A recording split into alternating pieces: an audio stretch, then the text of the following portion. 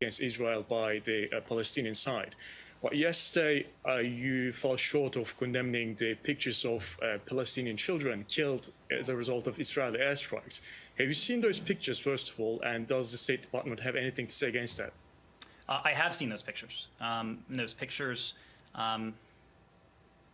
it's hard not to look at those pictures and feel, sense the suffering. It is precisely why today we have called for restraint and de-escalation in an effort to preserve civilian life.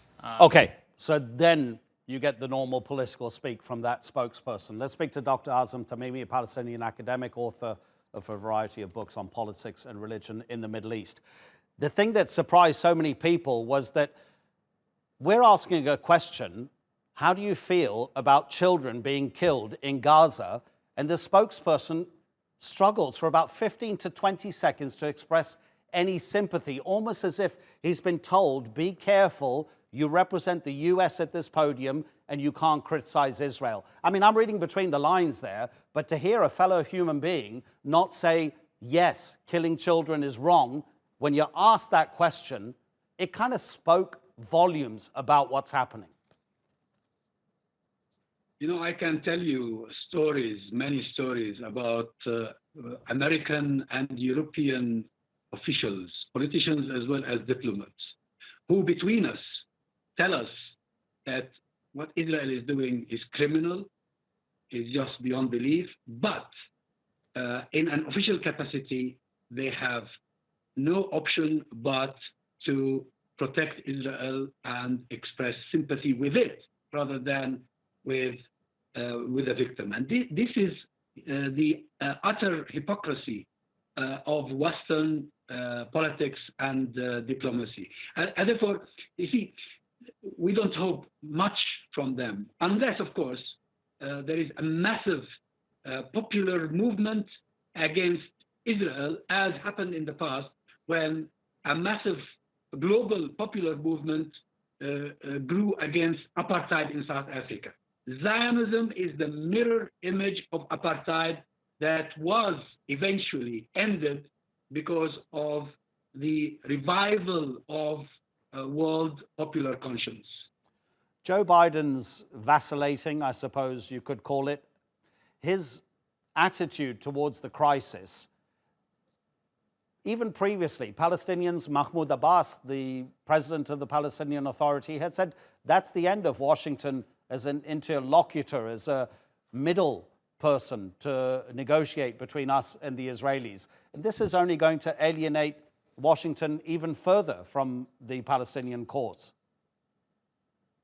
Well, it was naive right from the beginning on the part of Palestinians or Arabs to trust in America as an honest broker.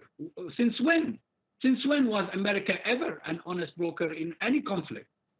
You see, people need to go back a little bit to history and see the resemblance, the similarities between the history of the United States of America and the history of this Zionist entity in Palestine. There's only one difference. In America, they exterminated what they called the Red Indians, the indigenous population. In Palestine, the Zionists are finding it impossible to exterminate the Palestinians. Can we just concentrate just for one moment on internal Israeli politics?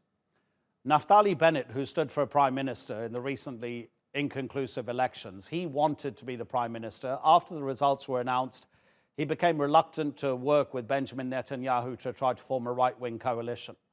At the moment, we have the more moderate elements of Israeli politics trying to form a government. They don't look as if they're going to succeed.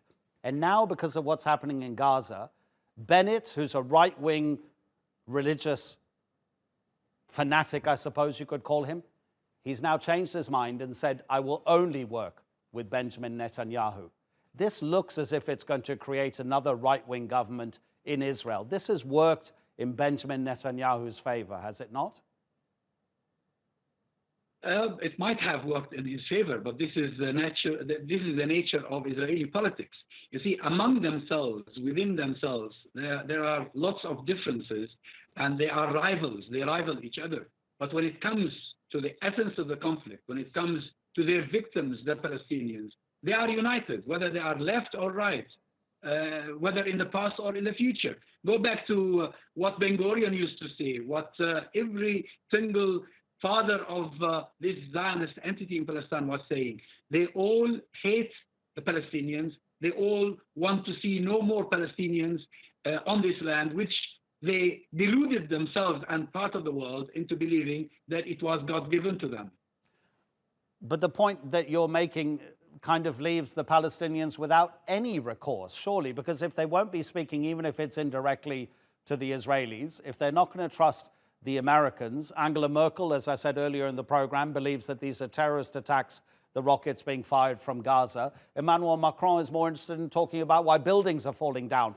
That Jalal Tower that was destroyed a couple of days ago, it was empty. Sure, it's wrong, as everybody agrees, to attack the international media who are housed in there, but the Israelis gave notice to whoever was in the building that the strike was coming, and it happened. And Macron wants to talk about a building. He doesn't want to talk about the people of Gaza.